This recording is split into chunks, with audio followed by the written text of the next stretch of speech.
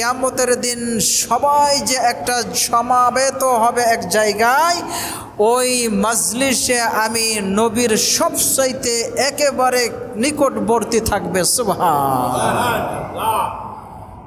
কথা কি বোঝা গেল? এক নম্বর, নবীজির খুব ভালোবাসার পাত্র হবে।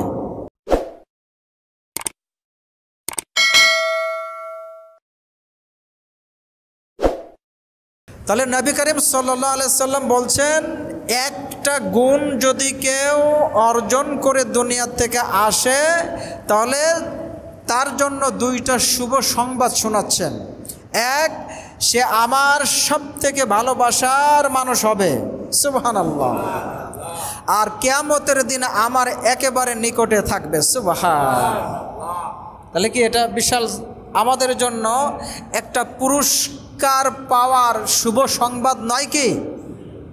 কথা বলতে হবে।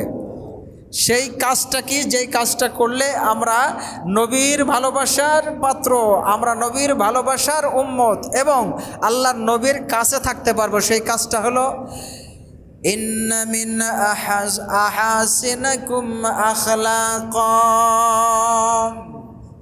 তোমাদের উত্তম চরিত্র যারা গঠন করে আসতে পারবে তারাই আমার প্রিয় পাত্র এবং আমার নিকটে কিয়ামতের দিন থাকবে। সুবহানাল্লাহ।